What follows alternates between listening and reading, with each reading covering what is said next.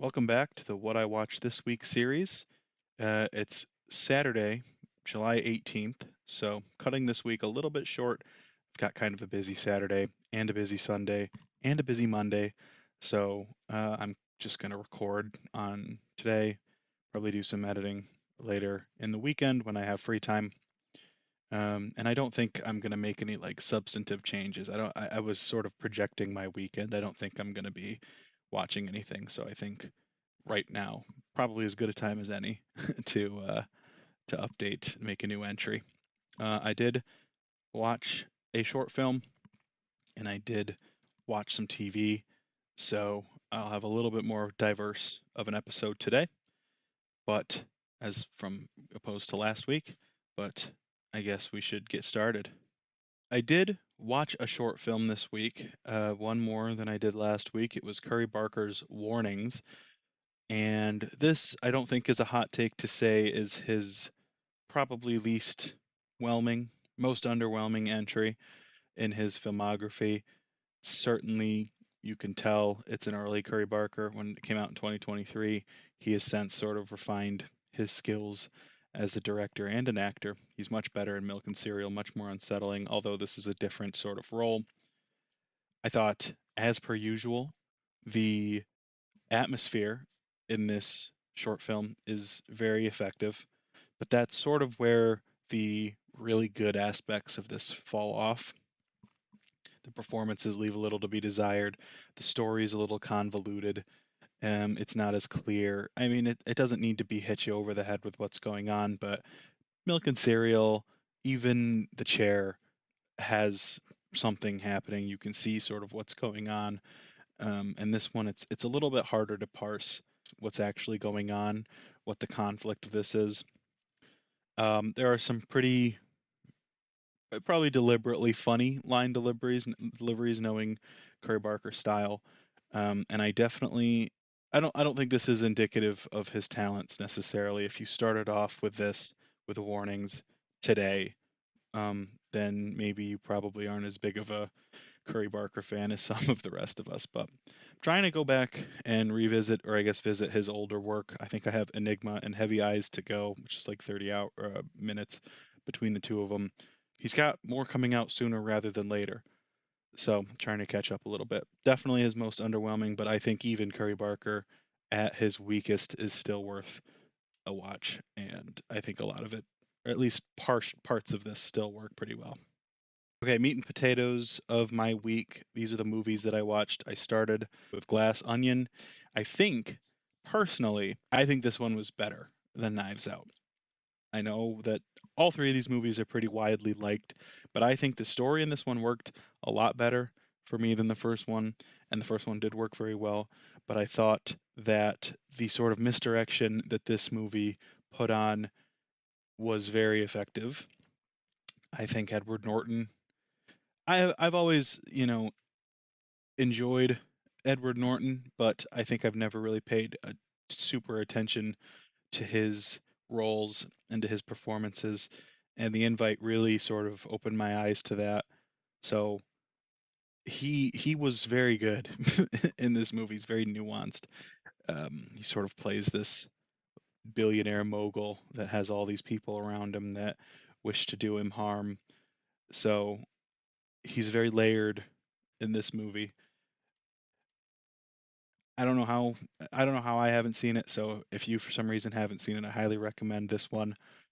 There's twists all throughout the whole thing, and I think Benoit Blanc sort of takes a little bit of a back seat at certain times in Glass Onion. And it's not that I don't like Benoit Blanc, I very much do, but I thought it was a nice sort of wrench to throw into the twists and turns of this movie's story. So started the week off well, easy 5 with a little heart. These movies are so much fun, and I can't wait to watch Wake Up Dead Man. Hopefully this week, if not maybe next week. But that's coming soon. Next up, I watched Mercy, starring Chris Pratt and Rebecca Ferguson, and I think that the ratings on Letterboxd for this movie are crazy. A 2.5 average. This movie is like propaganda, it's AI propaganda, it's like all the bad shit propaganda. Not good. Rebecca Ferguson is probably the best part of this movie. She's got a pretty big a pretty big role in this. I think she plays the part of sort of an AI judge, or I guess language model, pretty well. Her delivery is very calculated and robotic, which is what the part calls for. But Chris Pratt is maybe the most unlikable protagonist of a movie. No, The Bride came out this year. The second most, no, Melania came out this year. No, the third most unlikable protagonist that I can think of in a movie released this year. I mean, it's crazy. He is objectively a bad dude in this movie. He is like not a corrupt cop, but he's fighting for all the wrong stuff. He's an alcoholic. He's a jerk. He calls people like I am really trying to avoid spoilers in these recap videos because I think there's like I'm going to be talking about Mercy in my end of year video, so I don't want to give away too much of my thoughts, my specific thoughts, but he is not somebody that I really gave a shit if he got out of the situation he's in. And I mean, to Chris Pratt's credit, he plays a good greaseball, I guess, in this. But this is now two movies in back-to-back years that have come out on Amazon that just they portray their like software, and I get why they're doing it. They portray their like cloud software as all like just like godlike. Like, you have War of the Worlds where Ice Cube is able to just do whatever he wants to any computer, to any camera, to any building, to any like anything. From the comfort of a home office, or like from the comfort of an office building that he's there alone at. And then in this movie, you're telling me that criminals on death row have access to every piece of information to try to prove themselves? Like, what? Of course it's gonna work sometime. What if you had a guy that was smart enough to be able to prove, right? And he knew he could prove with one simple thing or two simple things, but in the meantime, he's an hour and a half to unlock like every state secret, or or dig up the person who the cop that put him to dig up all their information. Like, you know what I'm saying? This is such a ludicrous idea for a movie, and it's not good at all. They're I can't. The guy from This Is Us is in it. He is horrible, absolutely terrible. The only thing that I can give it is that the ending is at least like admitting that the system that it spent an hour and 35 minutes defending or legitimizing is flawed. That's the only thing I can give it. Was that like that whole like, oh, AI can make mistakes too. But at the end of the day, like it's still they still turn around this like, oh, we got work to do on this system. Fuck that. Gave it a 1. It wasn't even like a funny kind of bad. I don't think there has been a so bad it's good movie to come out this year that I've seen. I'm sure there are, but that I've seen. This one is not one that is worth anybody's time. I felt like I was given too many really good ratings for movies this year. So, I gotta I gotta watch some garbage to offset it, to make my end of year video a little bit more interesting. Next up on this list is Supergirl. I think this movie's a little overhated. I definitely didn't like it as much as last year's Superman, directed by James Gunn. This is not directed by James Gunn. This is directed by Colin Gillespie, who did, I think, I, Tonya, and another movie that is of note that I am blanking on and I don't really feel like looking up right now. The movie I was thinking about, by the way, I did look it up, was Lars and the Real Girl. I'm a fraud. That's ridiculous that I forgot that he directed Lars and the Real Girl. My bad. Okay, get back to it. This movie I think is sweet. I think it some of the effects are pretty bad. But I think the story is interesting. And I think the girl who plays sort of the second main character, whose name I will look up, Eve Ridley.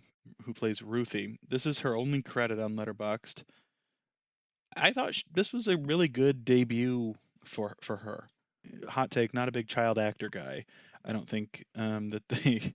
Oh, we already have Danny from The Shining. Uh, how you can't ever top that as a, as a child acting performance. So, but Jason Momoa's good. This is a fine movie. It may be underwhelming a little bit, but Millie Alcock is pretty good. The only thing I do want to comment on is that needle drop at the end that everybody's talking about. It is jarring, and I don't think I don't think it's very good. I don't think it is like I would not drag it for it though. Does that make sense? It is you should just watch it. You should just see what it is yourself. It's a fine movie, and it is the payoff for the needle drop is very good. It is very jarring needle drop. So sitting through, an hour and a half to get there is worth it in my opinion because I thought I laughed. I saw it in the theaters. I'm sure it's not going to be in theaters anymore, but it's not like an affront to superhero movies. It's not, as somebody on Letterboxd said, one step forward, two steps back. A mid superhero movie isn't two steps back for DC. You're comparing it to like some of the best superhero movies released since the original Avengers, since Iron Man. Like yes, Superman was very good.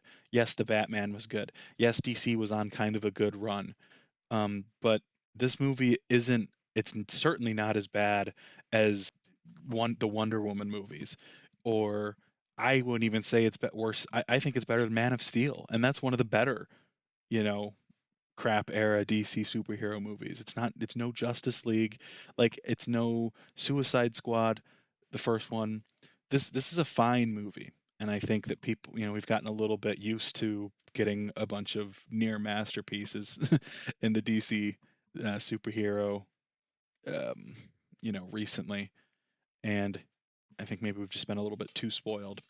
It could have been better. I'm not excusing it. That's why I gave it a 3 and a heart because it's certainly not a perfect movie, but at the end of the day, I thought it was a fun summer superhero movie. I don't think maybe a little dated in its effects and in its comedy, but it's a good like filler superhero movie with a little bit of background, and it is going to set up a nice.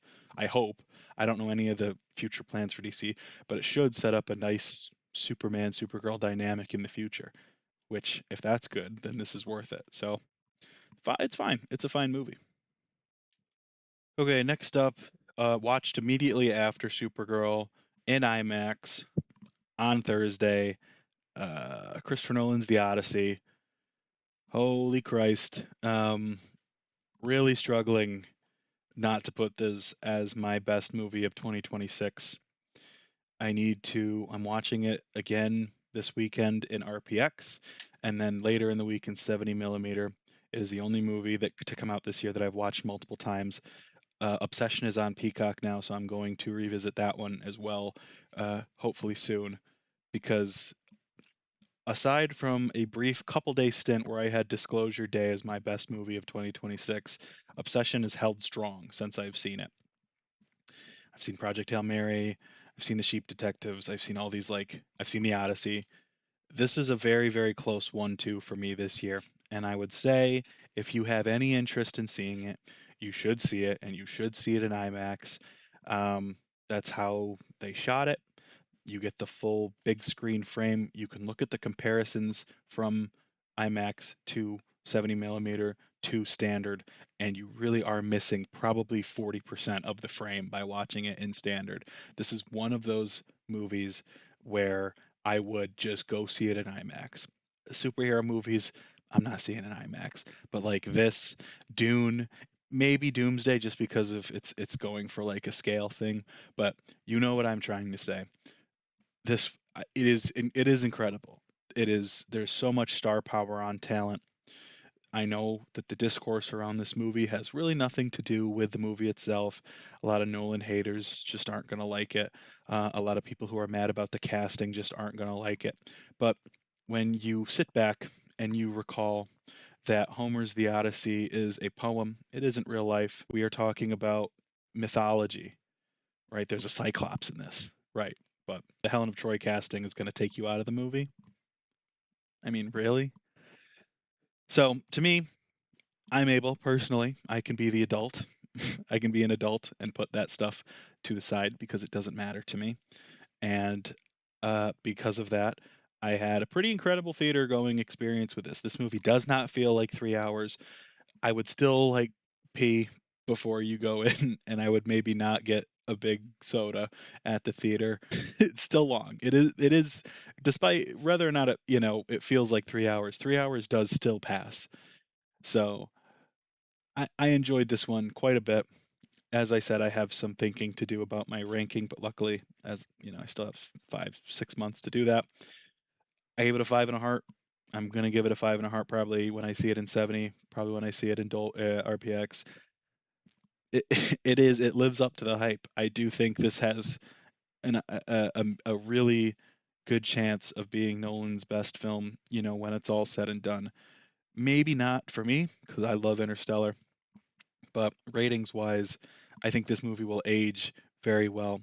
I can respect that it's a lot of practical effects. The lighting and the score, I could go on about this all day. It's a very, very good movie. So it's going to be in theaters probably for a month, 2 months. See it in IMAX. You have no excuse. This is going to be one of those movies, you know, from this point in time that people remember. The last movie that I'm going to talk about that I watched this week was 28 Years Later, The Bone Temple. I'm going to say it. I haven't seen 28 Days or 28 Years, so I haven't seen the trilogy. I know it sucks. I wish I have, but I really just don't want to rent 28 Days Later. And 28 Years Later, I didn't know was on Netflix until after I'd finished this one. So I watched this for my 2026 movies list. I heard really good things about it, but I think that this movie works really well on its own. Maybe it's cope because I haven't watched Years or Days, but I didn't feel like, not that I missed anything, but I think that the story that this movie is telling is very um, concise. I think whatever happened in 28 years and 28 days, don't need all that background to see for what happens in this movie. This was similar to the Sheep Detectives, a very surprising like for me this year. I knew I was gonna like the Sheep Detectives.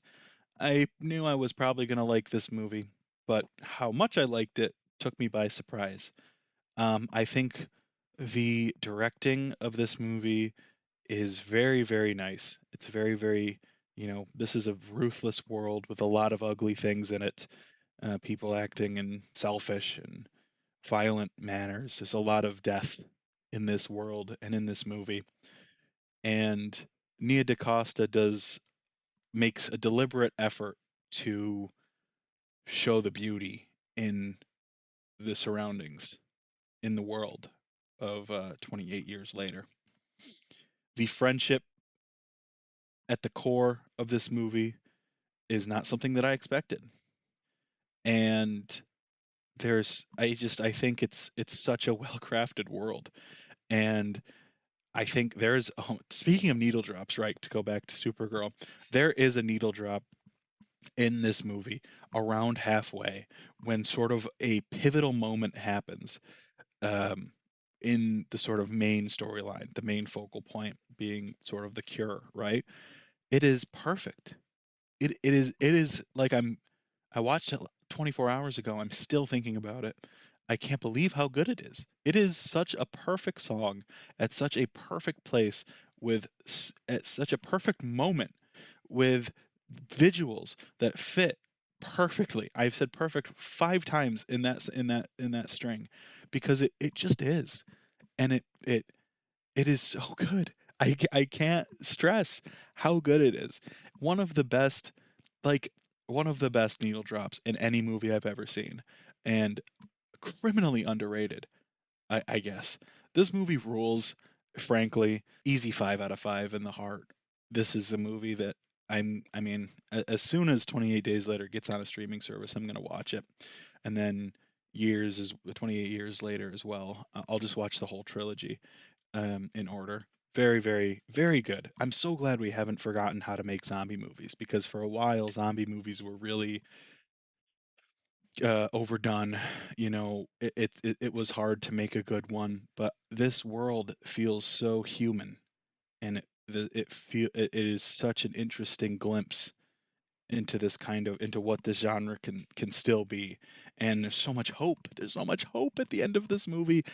I'm so sad that the trilogy's over and I didn't get to enjoy it when it came out, you know. Um, but I can enjoy it now. And there was a Killian Murphy spotted spotting sighting spotting at the end of this, which I thought was a good touch too. It wasn't just like a nothing cameo too. It was like a real like post story scene to really continue to flesh out the world. So very very good movie, and I didn't expect to like it this much. So 5 out of 5, easy.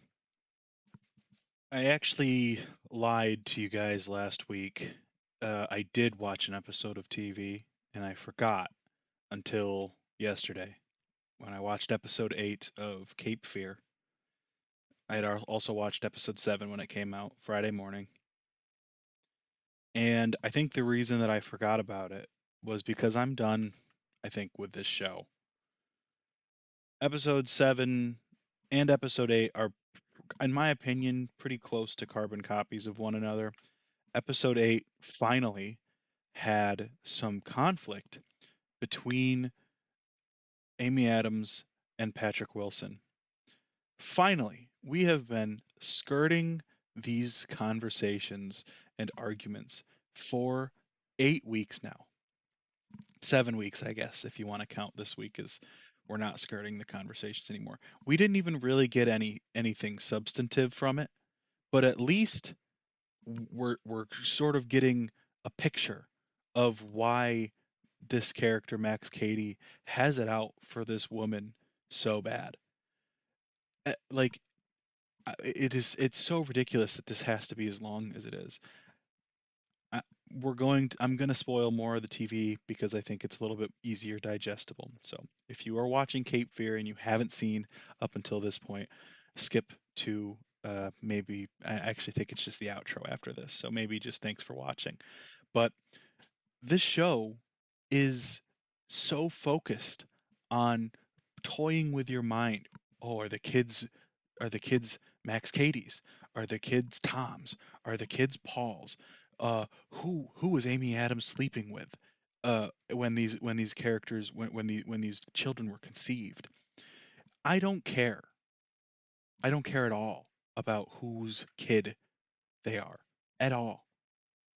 The editing isn't as campy as it was at the beginning of the series, and for a lot of episodes, the editing and the cinematography are what carried them for me.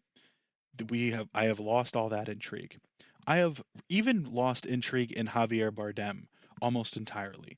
This dude he is still an extremely domineering character, an extreme presence to all of these other characters, right? It is clear that he is doing what is happening to these people, and for a reason that's starting to become more clear, and it's starting to drive the family apart. But he is constantly speaking in riddles and in misdirection and in red herrings. And it is so exhausting at this point. I hope that it's only 10 episodes. I have no idea how long the series is going to be. I want it to be done. I want it to be done. Episode 7 Mongrel, I think my review on Serialized was just straight up, if they want to live with Max Cady so bad, my kids want to live with Max Cady so bad, so be it. It probably gets them out of my friggin' hair, right? It's so exhausting. I would imagine being the parent of these kids in this situation. They are constantly going out and deliberately disobeying you. And it's not one of those things like a lot of parents, nowadays just kind of put their foot down, say, "Oh, you're my kid, you have to listen to me." This isn't one of those times. This is not one of those times. This is an active threat to the family. Can we just listen to Tom, guys, please? Absolutely exhausting. I'm hoping we get some answers in the next couple of episodes, and we can move this get on with this.